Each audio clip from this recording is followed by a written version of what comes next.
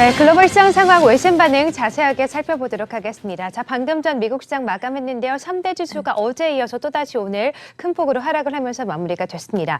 자, 오늘 시장 유로존의 경제 우려감도 있었지만 가장 큰 급락 요인은 이 미국과 중국 간의 분위기 때문이었는데 두 나라 정상회담이 이루어지지 않을 수도 있다. 이런 보도가 나왔다고 하죠. 네, 그렇습니다. 이 정상회담이 미뤄지게 되면 네. 사실상 미국이 중국에 추가 관세를 부과할 수밖에 없는데요. 그렇죠. 양국의 피해가 만만치 않을 것으로 보입니다. 네. 중국의 경기 침체가 가속화될 뿐 아니라 미국 쪽에서도 약 90만여 개의 일자리를 잃을 수 있다는 보도가 나왔습니다.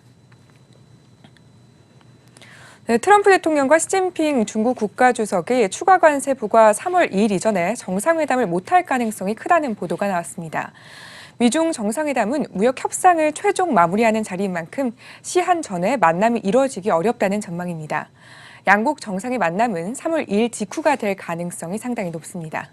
익명의 고위정보 소식통에 따르면 현재 양국은 짧은 시간 내에 해결해야 할 일이 너무 많은 것으로 알려졌습니다.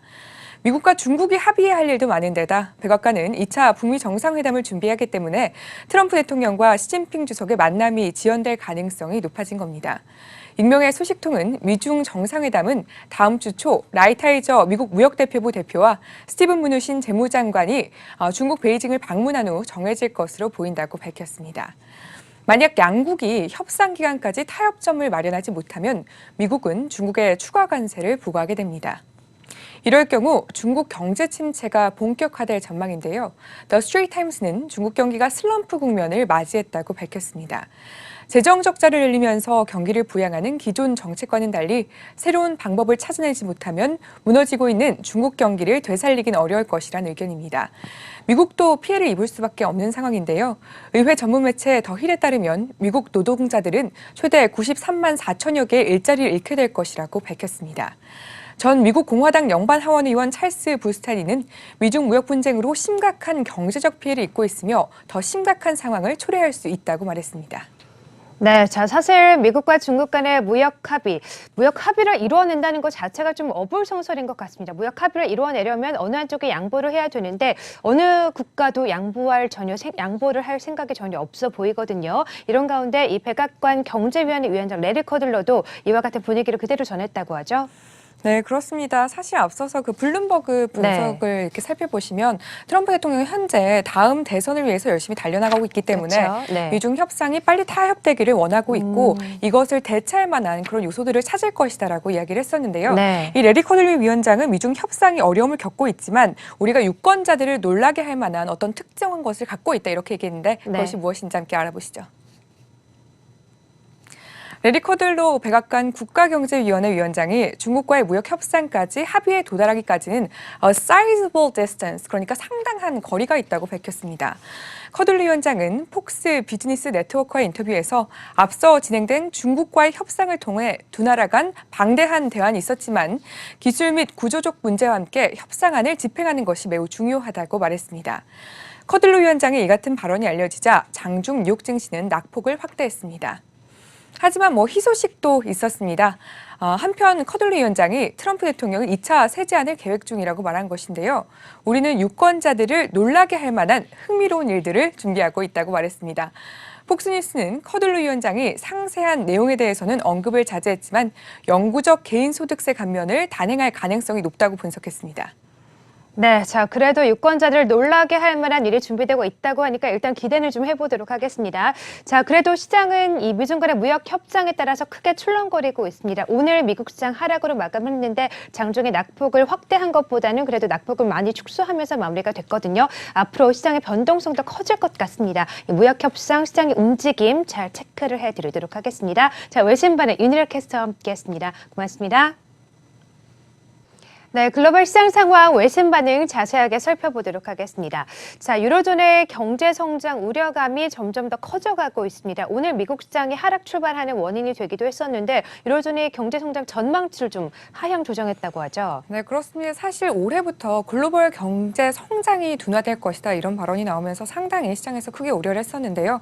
이게 현실이 되고 있습니다. 유로존도 경제 성장률 전망치를 하향 조정했는데 발표된 내용 함께 알아보시죠. 글로벌 경기 둔화 가능성이 점차 커지고 있습니다. 유로존과 영국이 올해 경제 성장률 전망치를 잇따라 내려잡았습니다. 그 여파로 유럽 주요국 증시는 큰 폭으로 떨어졌습니다.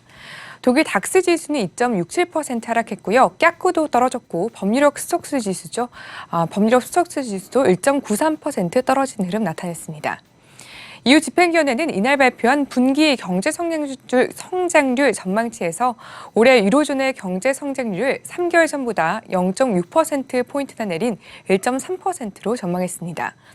앞서 집행위원회는 작년 8월엔 유로존의 올해 경제 성장률을 2%대로 예상했다가 11월에는 1.9%로 내렸고요. 이번에 다시 한번 큰 폭으로 하향 조정한 겁니다. 최근 10년대 성장률이 가장 높았던 지난 2017년에 2.4%대 성장세를 보인 이후 작년에 이어 올해까지 성장률이 급격하게 떨어지자 유로존의 경제 침체가 가속화되고 있다는 우려가 곳곳에서 발생하고 있습니다. 집행위원회는 성장률 하향 원인으로 중국의 저조한 경제 성장, 미중 무역 분쟁, 노딜 브렉시트와 프랑스 노란조끼, 또 독일 경제 하락세를 그 원인으로 꼽았습니다. 독일은 EU에서 가장 큰 경제 규모를 자랑하는데요. 독일이 예상치 못한 경제 하락세는 전체 유로존에 부담이 될 수밖에 없습니다. 독일이 상당한 부진한 경제 지표를 발표하면서 글로벌 경기 둔화 우려가 다시 한번 부각됐습니다. 독일은 지난달 2018년 GDP 성장률 1.5%대 성장세를 보였다고 밝혔는데 2017년 2.2%에 비해서 크게 떨어진 겁니다.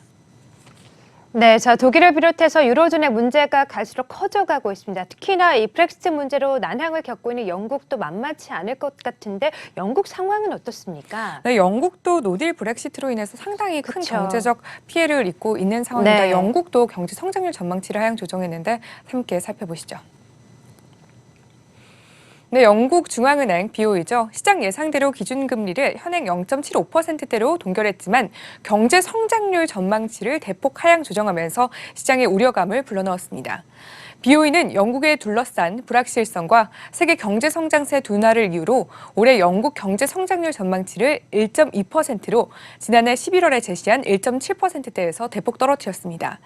이는 2016년 브렉시트 국민투표 직후에 하향 조정된 이후 최대폭으로 수정된 것이며요. 전망이 현실화되면 10년 전 글로벌 금융위기 최저 수준을 기록하게 됩니다. BOE는 내년 전망치도 1.7%대에서 1.5%로 하향 조정했으나 2011년 10년 뒤죠. 2021년 전망치는 이전 전망치에서 상향한 1.9%대로 제시했습니다. 네, 자, 유로존의 경제 성장 우려감이 점점 더 커져가고 있습니다. 말씀해 주신 것처럼 이 중국의 저조한 경제 성장, 미중 간의 무역 분쟁, 여기다가 이 노딜 브렉시트 문제까지 겹치면서 우려감이 점점 심화되고 있는 것인데 시장에 영향을 많이 주는 이슈인 만큼 미중 간의 무역 분쟁과 함께 그 흐름 잘 체크를 해드리도록 하겠습니다. 자, 외신반의 윤희라 캐스터와 함께했습니다. 고맙습니다.